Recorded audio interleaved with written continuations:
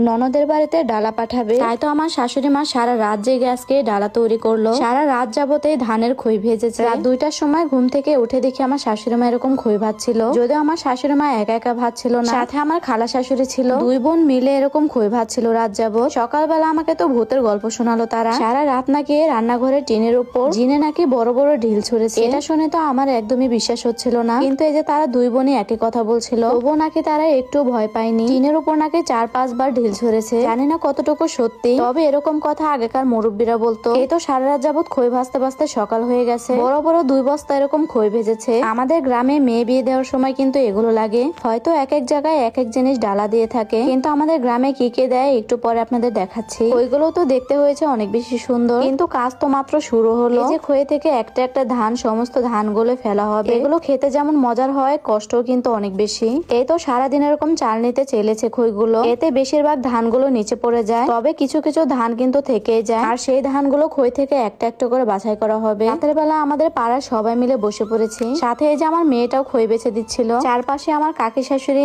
আমি, আমার দাদি শাশুড়ি সবাই মিলে আমরা খই বাছতেছিলাম। ওই পাতিলগুলো বের করে নিল, এগুলোতেই ডালা দেওয়া হবে। সবগুলো পাতিলই দেখতে অনেক বেশি সুন্দর ছিল। এই যে দেখুন কতগুলো পাতিল কিনা হয়েছে। এই সবকিছু মেয়ের বাড়ি পাঠানো হবে। এবার আপনারা বলবেন এই পাতিলগুলোতে কি কি দেওয়া হবে। এমন এই যে রং বেরঙের চিপস দেখতে পাচ্ছেন, এই চিপস গুলো কিন্তু একটা আইটেম। এই চিপস গুলো অনেক বেশি সুন্দর লাগে দেখতে। আর এগুলো কিন্তু গুড় দিয়ে জাল করা হবে পরবর্তীতে, মানে যেরকম নাড়ু মোয়া এগুলো পাক দেওয়া হয় সেভাবে পাক দেওয়া হবে। এদিকে এই যে আরেক আইটেম ছিল, এগুলো আমার শাশুড়ি মা ভাত দিয়ে বানিয়েছে। তারপর ছিল এগুলো ফালা, এইগুলো আমার শাশুড়ি মা ভাত দিয়ে বানিয়েছে বাড়িতে। একদিন আপনাদের এসবের রেসিপি দেখাবো। এই তো সবকিছু একদম পাতিল ভর্তি করে বানানো হয়েছে। একে একে সবকিছু ভেজে নেওয়া হলো। ওইগুলো তো 2-3 দিন আগে ভেজে রাখা হয়েছিল।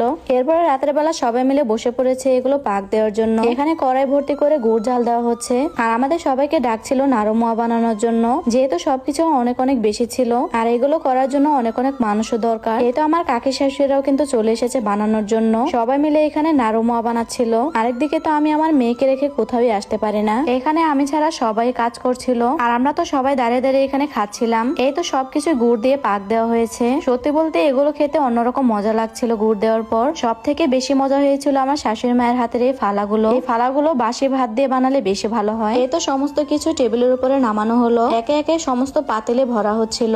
খইগুলো কিন্তু গুড় দিয়ে পাক দিয়ে নেওয়া হয়েছে। খইয়ের নাড়ু বানানো হয়েছে, মুড়ির নাড়ু বানানো হয়েছে। সবকিছু এবার কাগজ দিয়ে ঢেকে নেওয়া হবে। এই তো সবাই মিলে কাজে লেগে পড়েছি আমরা। পাতিলের মুখগুলো এরকম কাগজ দিয়ে আটকে নিচ্ছিলাম ভালো করে। এইভাবে চলে যাবে ডালা হিসেবে। কার কার গ্রামে কি কি দেয় অবশ্যই কিন্তু কমেন্টে জানাবেন। আমাদের গ্রামে মেয়ের বিয়েতে এগুলোই দেয়, সাথে লেপ, তুষক, কাঁথা এগুলো দিয়ে থাকে। এখানে আমার ননদের নাম লেখা হচ্ছিল, যাতে সারা জীবন এগুলো স্মৃতি হিসেবে থাকে। তার বিয়ের মধ্যে এই ডালাগুলো দেওয়া হয়েছিল। সবকিছুর উপরে এরকম নাম লেখা হচ্ছে। যাই হোক, ভিডিওটি আপনাদের কেমন লাগলো অবশ্যই কমেন্টে জানাবেন। আর আজকের ভিডিওটি আমি এই পর্যন্তই শেষ করছি।